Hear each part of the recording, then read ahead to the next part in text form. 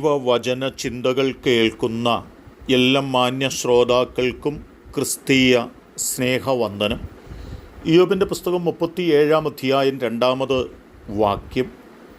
അവൻ്റെ നാദത്തിൻ്റെ മുഴക്കവും അവൻ്റെ വായിൽ നിന്ന് പുറപ്പെടുന്ന ഗർജനവും ശ്രദ്ധിച്ചുകൊള്ളുവീൻ എന്നുള്ള വാക്യമാണ്.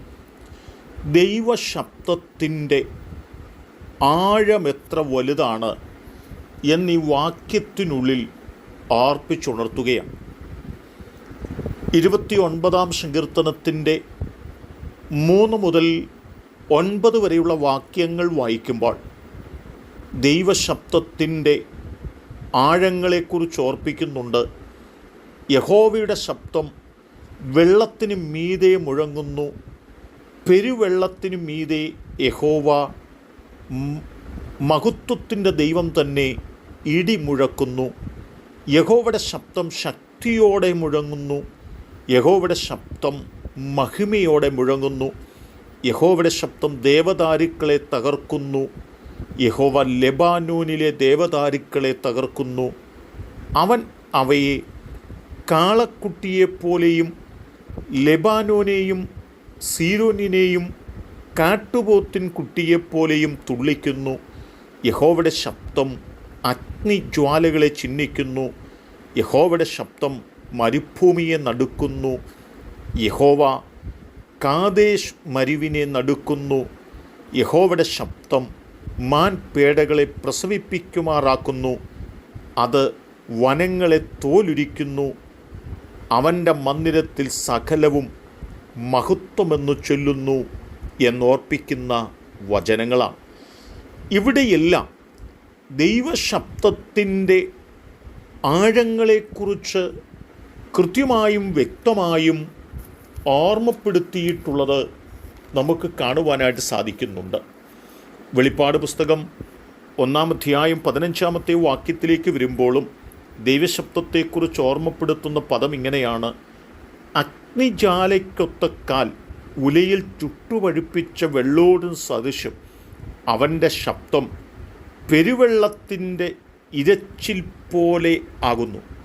ദൈവശബ്ദം നടത്തുന്ന തീവ്രമായ ദൈവപ്രവൃത്തിയെക്കുറിച്ചാണ് സങ്കീർത്തനക്കാരനും യോഹന്നാനും ഓർപ്പിച്ചുണർത്തുന്നത്. ആ ദൈവശബ്ദത്തിൻ്റെ ആഴങ്ങളെക്കുറിച്ച് ഗൗരവമായി നാം കേൾക്കുകയും ചിന്തിക്കുകയും മനസ്സിലാക്കുകയും ചെയ്യേണ്ടതുണ്ടെന്ന് വാക്കുകൾ കൃത്യമായി നമ്മെ ഓർമ്മപ്പെടുത്തുക തന്നെയാണ്. മാത്രമല്ല, തെസ്സലോനിക്ക ലേഖനം 4-ാം അധ്യായത്തിനകത്ത് വരുമ്പോൾ 1 തെസ്സലോനിക്കരിൽ അതിൻ്റെ 16-ാം വാക്യം പറയുന്നത്: കർത്താവ് താൻ ഗംഭീരനാദത്തോടും പ്രധാന ദൂതൻ്റെ ശബ്ദത്തോടും ദൈവത്തിൻ്റെ കാഹളത്തോടും കൂടെ സ്വർഗത്തിൽ നിന്നിറങ്ങി വരികയും ക്രിസ്തുവിൽ മരിച്ചവർ മുമ്പ് ഉയർത്തെഴുന്നേൽക്കുകയും ചെയ്യും എന്നുള്ളതാണ്.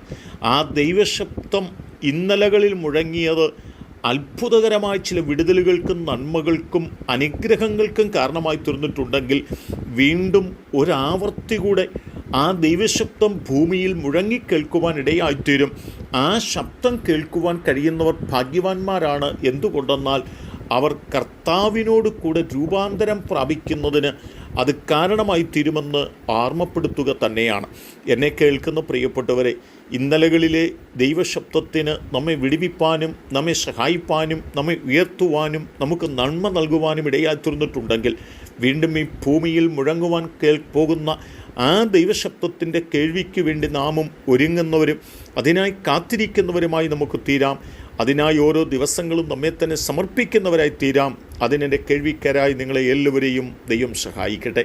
കരുണയുള്ള ദൈവമേ, അങ്ങയുടെ ശബ്ദം ഞങ്ങൾക്കൊരനുഗ്രഹമായി വരുവാൻ, ആ നിത്യതയിലേക്ക് ഞങ്ങൾ കരേറിപ്പോകത്തക്ക തലത്തിൽ ആ ദൈവശബ്ദം കേൾപ്പാനായിട്ടുള്ള യോഗ്യതയും ഭാഗ്യമുള്ളവരാക്കി ഞങ്ങളെ തീർക്കണമെന്ന് ഞങ്ങൾ ദൈവത്തോട് പ്രാർത്ഥിക്കുന്നു. ദൈവത്തോടു കൂടെ മനുഷ്യൻ്റെ കൂടാരം, അല്ലെങ്കിൽ മനുഷ്യനോടുകൂടെ ദൈവത്തിൻ്റെ കൂടാരം വരുന്ന നാളിൽ ഞങ്ങൾക്കും ആ ദൈവശബ്ദത്തിന് കാതോർക്കുന്നവരായി തീരുവാൻ ഞങ്ങളെ പ്രാപ്തരാക്കണമേ. ദൈവാനുഗ്രഹം കൊണ്ട് ഇറക്കണം. യേശു കർത്താവിൻ നാമത്തിൽ തന്നെ.